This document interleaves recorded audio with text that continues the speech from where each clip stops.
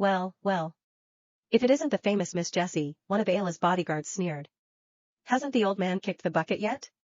I lowered my head and held out the crumpled bills. I need to buy his specialized medication. Please, just one dose. If my father doesn't get it, he'll die. Not for sale, Dr. Hilary Reed snapped as she strode over. She was the head of the Jessi Charity Foundation. In the past, she had always treated me with deference, but now she stood with her arms crossed, her expression a mask of cold indifference. The CEO gave the order. Anyone kicked out of the group is barred from using our medical resources. I yelled, my father is not a criminal. He's the former chairman. He was wounded for this company. That was the past. Hilary nudged her expensive leather shoe forward. If you really want the medicine, well, this shoe of mine is a bit dirty. Clean it for me, and I might consider it.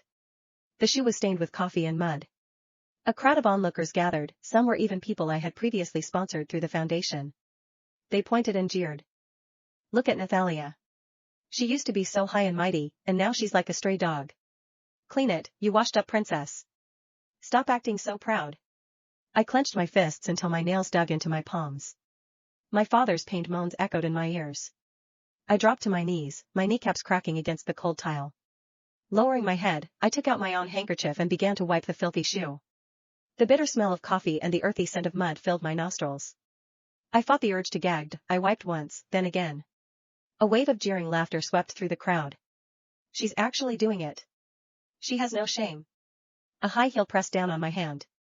Ayla had arrived. She ground my knuckles into the tile, the pressure sharp and deliberate, until the skin broke and blood welled up. Nathalia, seeing you like this, it truly breaks my heart. She squatted, leaning close to my ear. Too bad. Darius just said you're not getting the medicine, even if you lick the floor clean. This is the punishment for a traitor. I snapped my head up. You were toying with me? I was, Ayla said, standing and clapping her hands cheerfully. So what? You want to hit me? She took out a bottle of saline solution. Want it? But just as I reached for it, the bottle slipped from her hand, spilling the liquid across the floor. Whoops, my hand slipped, Ayla said, covering her mouth in mock surprise. You want to save your father? You still can. She smiled, her eyes sharp and cruel as she patted my cheek. Go to Darius's penthouse office tonight. He has something to say to you.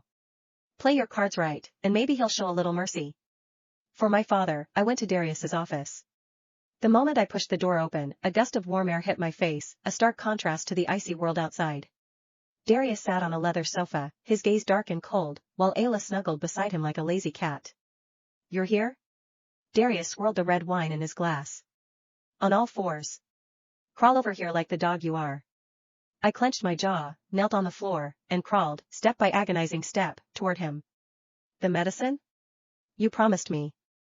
Darius planted his foot on my shoulder and pressed down hard. I felt as if my collarbone would shatter. Doc, he snarled, you still think you can save that useless father of yours, Nathalia? His greatest crime was stealing my father's glory. I retorted, that's a lie. During that crisis, it was your father who betrayed us. He colluded with competitors to become chairman, nearly bankrupting the company. My father was wounded saving everyone from his treachery. Shut up. Darius roared, slapping me hard across the face. Blood trickled from the corner of my mouth, and my ears rang. You still dare to argue? Ayla has already investigated it. It was your father who colluded with our rivals. He killed my father and forged the reports to steal the chairmanship. He pulled a yellow document from his pocket and threw it in my face. This is the proof. I didn't need to look to know it was a forgery. Beside him, Ayla giggled. Darius, why waste your breath on a loser's daughter? Since she wants the medicine, just give it to her. We don't want to be called liars. She picked up a small vial of deep blue liquid from the table and tossed it onto the floor. The glass vial rolled and stopped at my feet. Take it. This dose should be enough to save the old man's life. Without a second thought, I snatched the vial and fled the office. Back at the hospital, I carefully injected the medicine into my father's foredrip. Watching the fluid flow into his veins, my anxious heart finally settled. Dad, this is the specialized medication, I said, holding his hand, a glimmer of hope in my eyes.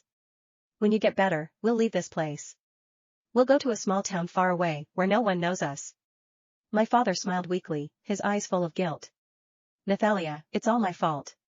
I'm so sorry I put you in this situation. No, it's not. I took out the sandwich I had bought and poured a glass of hot water. See, Dad, we can still survive. As long as we're alive, there's hope. That night, for the first time in a long while, I had a good dream. In my dream, we had escaped and bought a new house by the sea. But at dawn, the dream was shattered by the piercing alarm of the monitor. I woke with a jolt. My father was curled into a ball, his body convulsing. The arm where I'd injected the drug had turned a horrifying shade of purple-black, and the vital signs on the monitor were plummeting.